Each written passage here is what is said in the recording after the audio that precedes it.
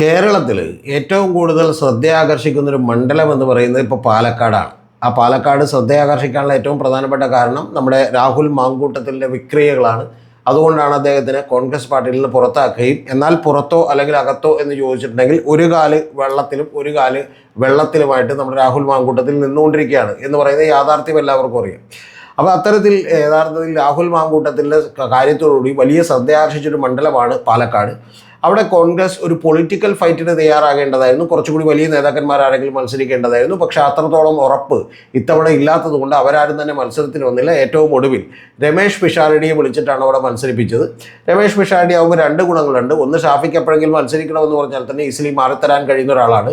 അതേസമയം കോൺഗ്രസിൽ നിന്ന് ആരെങ്കിലും ആണെന്നുണ്ടെങ്കിൽ അവർ മരിച്ചാലും പിന്നെ ആ സീറ്റിൽ നിന്ന് മാറില്ല എന്നുള്ളത് നമുക്കെല്ലാവർക്കും അറിയാവുന്ന ഒരു കാര്യമാണ്.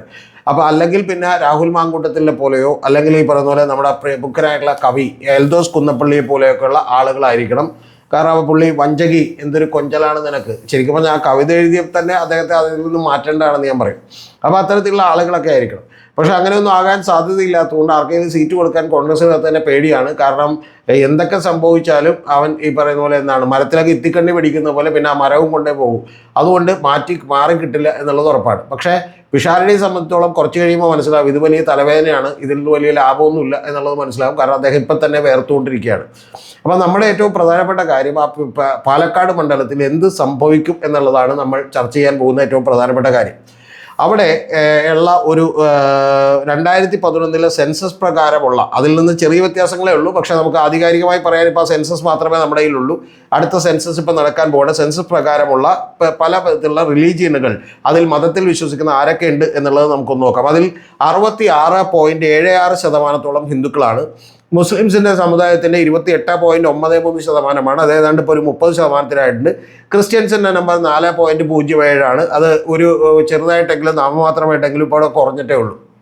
അപ്പോൾ ഇതാണ് അവിടുത്തെ ഒരു മതപരമായി ഘടന എന്ന് പറയുന്നത്. അതായത് പല മതങ്ങളിൽ വിശ്വസിക്കുന്ന ആളുകളുടെ ഘടന നമുക്കൊരു 67%, 29%, അതുപോലെ 4%-ആയിട്ട് എടുക്കാം. അപ്പോൾ ഇതാണ് അവിടുത്തെ ഒരു ഘടന എന്ന് പറയുന്നത് തന്നെ.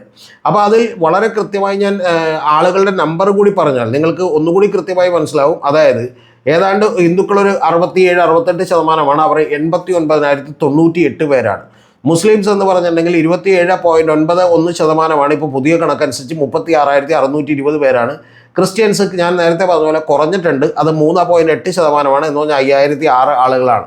അപ്പോൾ ഇത്തരത്തിൽ ഒരു ഇക്വേഷനാണ് അവിടെ ഉള്ളത്. അതിൽ ഏറ്റവും പ്രധാനപ്പെട്ട കാര്യമെന്ന് പറഞ്ഞാൽ മുസ്ലിം വോട്ട് ബാങ്കുകൾ പൂർണ്ണമായിട്ട് ആർക്കെങ്കിലും കിട്ടിയാൽ, ഇപ്പോൾ 36,620 വോട്ടുകൾ കിട്ടിയാൽ പിന്നെ ഒരു 20,000 വോട്ടുകൾ കൂടി മറ്റു ക്രിസ്ത്യൻസിൻ്റെയും അതുപോലെ ഹിന്ദു സമുദായത്തിൽ നിന്നൊക്കെ കിട്ടിയാൽ സുഖമായിട്ട് ഒരു 50-55,000 വോട്ടുകൾ നേടി 56,000 വോട്ടുകൾ നേടി അവിടെ ജയിക്കും എന്ന് പറയുന്ന ഒരു കാര്യമാണുള്ളത്. അപ്പോൾ അതിൽ തന്നെ നമുക്കറിയാം കഴിഞ്ഞ തവണയൊക്കെ ഷാഫി പറമ്പിൽ 2016 ആദ്യമായി മത്സരിക്കുമ്പോൾ അവിടെ മേടിച്ചത് ഏറ്റവും വലിയ വോട്ടുകളാണ്. അത് 57,759 വോട്ട്, 559 വോട്ടുകളാണ്, 42%. പിന്നീട് നമുക്കറിയാം ഷാഫി പറമ്പിൽ 54,079 എന്ന് പറഞ്ഞാൽ 4% വോട്ടുകൾ കുറഞ്ഞു. കാരണം ഓപ്പോസിറ്റ് എന്നത് ഇ ശ്രീധരനായിരുന്നു. അതിനുശേഷം നമുക്കറിയാം രാഹുൽ മാങ്കൂട്ടത്തിൽ മത്സരിക്കുമ്പോൾ 58,389 വോട്ടുകൾ എന്ന് പറഞ്ഞാൽ 44.27% വോട്ടുകളിലേക്ക് എത്തിയിട്ടുണ്ടെന്ന് പറഞ്ഞാൽ 2021 കമ്പയർ ചെയ്തിട്ടുണ്ടെങ്കിൽ 6.21% വോട്ടുകൾ കൂട്ടുകയാണ് ചെയ്തിട്ടുള്ളത്. പക്ഷേ അതേപോലെ തന്നെ ബാക്കി 2 പേർക്കും ഇപ്പോൾ 2024 തെരഞ്ഞെടുപ്പ് നോക്കിയാൽ 2 പേർക്കും, ഒരാൾക്ക് 28%, ഒരാൾക്ക് 25.44% CPM-നും അതുപോലെ ആളുകളുമാണ് ഉണ്ടായിരുന്നത്. പക്ഷേ ഞാൻ നിങ്ങളോട് പറഞ്ഞു കഴിഞ്ഞ ലോക്സഭാ തെരഞ്ഞെടുപ്പിൽ അത് തന്നെ ആവർത്തിച്ചിരുന്നു. കാരണം UDF-ന് 52,779 വോട്ടുകൾ കിട്ടി. അതേസമയം BJP-ക്ക് 43,000 വോട്ടുകളാണ്. അതേസമയം LDF-ന് 34,000 വോട്ടുകളാണ്. പക്ഷേ നമുക്കറിയാം കഴിഞ്ഞ ലോക്സഭയിലേക്ക് വലിയ കുറവുകളുണ്ടായി. പക്ഷെ അതിനുശേഷം പാലക്കാട് വലിയ വർധന ഈ 2025 നടന്നിട്ടുള്ള ലോക്കൽ ബോഡി തെരഞ്ഞെടുപ്പുമായി ബന്ധപ്പെട്ട്, തദ്ദേശ സ്വയംഭരണ തെരഞ്ഞെടുപ്പുമായി ബന്ധപ്പെട്ടുണ്ടായിട്ടുണ്ട്. അതിൻ്റെ കണക്കുകൾ ഞാൻ നിങ്ങളോട് ഓൾറെഡി പറഞ്ഞാണ്. ഒരിക്കൽ കൂടി പറഞ്ഞാൽ 43,385 വോട്ടുകളാണ് LDF-ന് കിട്ടിയത്. 49,574 വോട്ടുകളാണ് UDF-ന് കിട്ടിയത്. 38,002 വോട്ടുകൾ മാത്രമേ അവർക്ക് കിട്ടിയുള്ളൂ. അപ്പോൾ ഇതിലൊരു പ്രധാനപ്പെട്ട വിഷയം എന്ന് പറയുന്നത് ഞാൻ കഴിഞ്ഞ തവണ പറഞ്ഞതുപോലെ തന്നെ ഇത് യഥാർത്ഥത്തിൽ ഇത്തവണ അവിടെ മത്സരിക്കുന്നയാളെന്ന് പറയുന്നത് NMR റസാഖ് എന്ന് പറയുന്ന ഒരു സെൽഫ് മെയ്ഡ് ആയിട്ടുള്ള ഓൺട്രപ്രണറാണ്. അദ്ദേഹത്തിൻ്റെ NMR റെസ്റ്റോറൻറ്റുകളും ബിരിയാണികളും ഒക്കെ വളരെ ഫേമസ് ആയിട്ടുള്ള ഒരു ആളാണ്. ഹോട്ടൽ വ്യവസായിയാണ്. അപ്പോൾ അദ്ദേഹം ഇത് മാത്രമല്ല, അദ്ദേഹം വളരെ ഗംഭീരമായി രാഷ്ട്രീയം സംസാരിക്കുന്ന, രാഷ്ട്രീയത്തെക്കുറിച്ച് നല്ല ധാരണകളൊക്കെ ഉള്ള ഒരാൾ കൂടിയാണ്. അദ്ദേഹത്തിന് എല്ലാവിധത്തിലുള്ള ആളുകളുമായിട്ടുള്ള സൗഹൃദ ബന്ധമുണ്ട്. ആ സൗഹൃദ ബന്ധങ്ങളുടെ ഫോട്ടോകളൊക്കെ കാണിച്ചുകൊണ്ട് തന്നെ സുരേഷ് ഗോപിയുമായിട്ട് അദ്ദേഹം ഇരിക്കുന്നതും അതുപോലെ തന്നെ വി ഡി സതീശനായിട്ട് ഇരിക്കുന്നതൊക്കെ ഫോട്ടോകൾ കാണിച്ചുകൊണ്ട് തന്നെ ഇദ്ദേഹത്തെ ഡീലിൻ്റെ ഭാഗമാണ് ഇദ്ദേഹം വന്നേക്കുന്നത് എന്നൊക്കെ പറയുന്ന ആളുകളുണ്ട്. ഡീലിൻ്റെ ഭാഗമായിട്ടൊന്നുമല്ല, അദ്ദേഹത്തിൻ്റെ ഹോട്ടലിൽ വന്ന പ്രമുഖരായിട്ടുള്ള ആളുകളെല്ലാം അദ്ദേഹം ഗംഭീരമായി സ്വീകരിക്കാറുണ്ട് എന്നുള്ളതാണ് വാസ്തവം. അപ്പോൾ അദ്ദേഹത്തിനെ സംബന്ധിച്ചിടത്തോളം നേരത്തെ കഴിഞ്ഞ തവണ 2024 സരിൻ വന്നപ്പോൾ അവിടെ പിടിച്ചത് 37,156 വോട്ടുകളാണ്. അത് യഥാർത്ഥത്തിൽ റോക്ക് സോളിഡായി LDFന് അവിടെ നിലവിലുള്ള CPMന് നിലവിലുള്ള വോട്ടുകളാണെന്ന് പറയുന്നു. കാരണം 37,156 വോട്ടുകൾ, അതുപോലെ 36,443 വോട്ടുകളാണ് 2021 കിട്ടിയത്. 2016 CPMന് NN കൃഷ്ണദാസ് മത്സരിച്ചപ്പോൾ കിട്ടിയത് 32,675 വോട്ടാണ്. എന്ന് പറഞ്ഞാൽ NN കൃഷ്ണദാസിനെ പോലെയുള്ള അല്ലെങ്കിൽ വളരെ പ്രമുഖനായിട്ടുള്ള ഒരു CPM നേതാവ് മത്സരിച്ചപ്പോലും 32,675 വോട്ടാണ് കിട്ടിയത്. അവിടെ വലിയ താഴ്ചയിലേക്ക്, വലിയ ഈ പറഞ്ഞ പോലെ പാർട്ടി സംവിധാനത്തിൽ വലിയ തകരാറിലേക്ക് CPM എത്തിയിട്ടുണ്ട് എന്നുള്ളത് യാഥാർത്ഥ്യമാണ്. കാരണം മറ്റേതെങ്കിലും മണ്ഡലങ്ങളിൽ നിന്ന് ജയിക്കുന്നത് പോലെ അവിടെ നിന്ന് എളുപ്പത്തിൽ ജയിക്കൽ ഇപ്പോൾ അസാധ്യമായിട്ടുള്ള ഒരു കാര്യമാണ്. ഇപ്പോൾ എറണാകുളത്ത് സെബാസ്റ്റ്യൻ പോളിനെ പരിഗണിച്ചതുപോലെ, വി അബ്ദുറഹ്മാനെ പരിഗണിച്ചതുപോലെ, നിലമ്പൂരിൽ PV അൻവറിനെ പരിഗണിച്ചതുപോലെ, ഇത്തരത്തിൽ KT ജലീലിനെ പരിഗണിച്ചതുപോലെയൊക്കെയുള്ള ഒരു അവസ്ഥയിലേക്ക് CPM അവിടെ എത്തിച്ചേർന്നുണ്ട്. അത് നമുക്ക് നിഷേധിക്കാൻ കഴിയില്ല. പക്ഷെ ഒരു തെരഞ്ഞെടുപ്പ് ആകുമ്പോൾ അത്തരത്തിലുള്ള ഒരു പരീക്ഷണം നടത്തിക്കൊണ്ട് അവിടെ ജയിക്കാൻ കഴിയുമോ എന്നുള്ള ഒരു ചിന്തയിലേക്കാണ് യഥാർത്ഥത്തിൽ CPM LDF എത്തിയിട്ടുള്ളത്. കാരണം 2016-ലും 2021-ലും 2024-ലും ഒക്കെ തന്നെ കണക്കുകൾ പരിശോധിച്ചാൽ, ലോക്സഭയിലേക്കൊക്കെ തന്നെ കണക്കുകൾ പരിശോധിച്ചാൽ നമുക്ക് കൃത്യമായിട്ട് അറിയാം LDF എപ്പോഴും 3-ാം സ്ഥാനത്താണ്. അപ്പോൾ ആ 3-ാം സ്ഥാനത്ത് നിന്ന് ഞങ്ങൾക്ക് ഇനിയൊരു കുതിച്ചാട്ടം ഉണ്ടാകണമെങ്കിൽ കുറച്ചുകൂടി പൊതുവായ ആക്സെപ്റ്റൻസ് ഉള്ള ഒരാളെ കിട്ടിയാൽ അദ്ദേഹത്തിന് കുറേ കൂടി വോട്ടുകൾ കിട്ടുമെന്ന് പറയുന്ന ഒരു കാര്യമുണ്ട്. അപ്പം ഞാൻ പറഞ്ഞു വന്നത്, ഇപ്പോൾ ഉള്ള 43,385 വോട്ടുകളുടെ ഒപ്പം ഒരു 5,000-6,000 വോട്ടുകൾ വേണ്ട, ഒരു 3,000-ഓളം വോട്ടുകൾ UDFൻ്റെ കയ്യിൽ നിന്ന് പിടിച്ചെടുക്കാൻ കൂടി കഴിഞ്ഞാൽ യഥാർത്ഥത്തിൽ ഈ പറയുന്ന NMR റസാക്കിന് അവിടെ ജയിക്കാൻ കഴിയും എന്നുള്ളതാണ് യാഥാർത്ഥ്യം. ഇത് അവിടെ ഉറപ്പായും നമ്മൾ അല്ലെങ്കിൽ വലിയ സാധ്യതകളുണ്ട് ജയിക്കുമെന്ന് കരുതിയിരുന്ന ഒരാൾ ശോഭാ സുരേന്ദ്രനാണ്.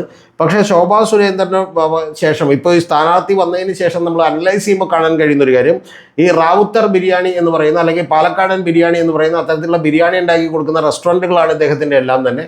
വലിയ വ്യവസായിയായിട്ടുള്ള ഒരാളാണ് അദ്ദേഹത്തിന്. അവിടെ ഈ റാവുത്തർ എന്ന് പറയുന്ന മുസ്ലിം സമുദായത്തിലെ ഒരു പ്രത്യേക വിഭാഗമായിട്ടുള്ള റാവുത്തർ വിഭാഗത്തിന് നിരവധി വോട്ടുകളുണ്ട്. ആ വോട്ടുകൾ സമാഹരിക്കാൻ കഴിയുന്ന ഒരാൾ കൂടിയാണ് അദ്ദേഹം. അങ്ങനെ സാധാരണയായി മുസ്ലിം വോട്ട് ബാങ്കുകളിൽ നിന്ന്, അതായത് 27.9%, 36,620 വോട്ടുകളിൽ N ബ്ലോക്കായി അത് UDFനാണ് പോകുന്നതെങ്കിൽ അതിൽ നിന്നൊരു 4,000-5,000 വോട്ടുകളെങ്കിലും പിടിക്കാൻ കഴിയുന്ന ഒരാളാണ് NMR റസാഖ് എന്ന് പറയുന്നത്. മറ്റ് സംഭവ വികാസങ്ങളൊന്നും, വലിയ ഡെവലപ്മെൻറ്റ്സ് ഒന്നും ഇനി ഉണ്ടായില്ലെങ്കിൽ തീർച്ചയായിട്ടും അവിടെ പിഷാരടിക്ക് ഈ NMR റസാഖ് വലിയ ഭീഷണിയായി തീരും എന്നുള്ളത് ഒരു പ്രധാനപ്പെട്ട കാര്യമാണ്. ഇനി രണ്ടാമത്തെ ഒരു വലിയ വിഷയം എന്ന് പറയുന്നത്, ഈ കഴിഞ്ഞ ദിവസങ്ങളിലെല്ലാം തന്നെ നമ്മുടെ പ്രിയപ്പെട്ട പിഷാരടി നടത്തിയിട്ടുള്ള ചില പ്രസ്താവനകളൊക്കെ തന്നെ പുറത്തേക്ക് വന്നിട്ടുണ്ട്. ആ പ്രസ്താവനകൾ എന്ന് പറയുന്നത് ഫലസ്തീൻ ഇസ്രായേൽ പ്രശ്നവുമായി ബന്ധപ്പെട്ടും അതുപോലെ തന്നെ പശ്ചിമേഷ്യയിൽ നടക്കുന്ന യുദ്ധങ്ങളുമായി ബന്ധപ്പെട്ടുമൊക്കെ തന്നെ യുദ്ധമൊക്കെ അവിടെ നടന്നോട്ടെ, അതിന് അവിടുത്തെ കുട്ടികൾ കൊല്ലപ്പെട്ടതിന് അല്ലെങ്കിൽ അവിടുത്തെ ആളുകൾ കൊല്ലപ്പെട്ടതിന് നമ്മൾ ഇവിടെ എന്തിനാണ് പ്രതിഷേധ സമരം നടത്തുന്നത്, അതുകൊണ്ട് എന്താണ് പ്രയോജനം എന്നൊക്കെ ചോദിക്കുന്ന, ഞാനൊക്കെ ജനിച്ച കാലം മുതൽ ഓർമ്മ വെച്ച കാലം മുതൽ അവിടെ പ്രശ്നങ്ങളാണ്, അതിലേക്കൊന്നും നമ്മൾ നോക്കേണ്ടതില്ല എന്നർത്ഥം വരുന്ന രീതിയിലുള്ള ചില ഡയലോഗുകളൊക്കെ തന്നെ പിഷാരടി പറഞ്ഞത് അവിടെ വ്യാപകമായി പ്രചരിപ്പിച്ചുകൊണ്ടിരിക്കുകയാണ്.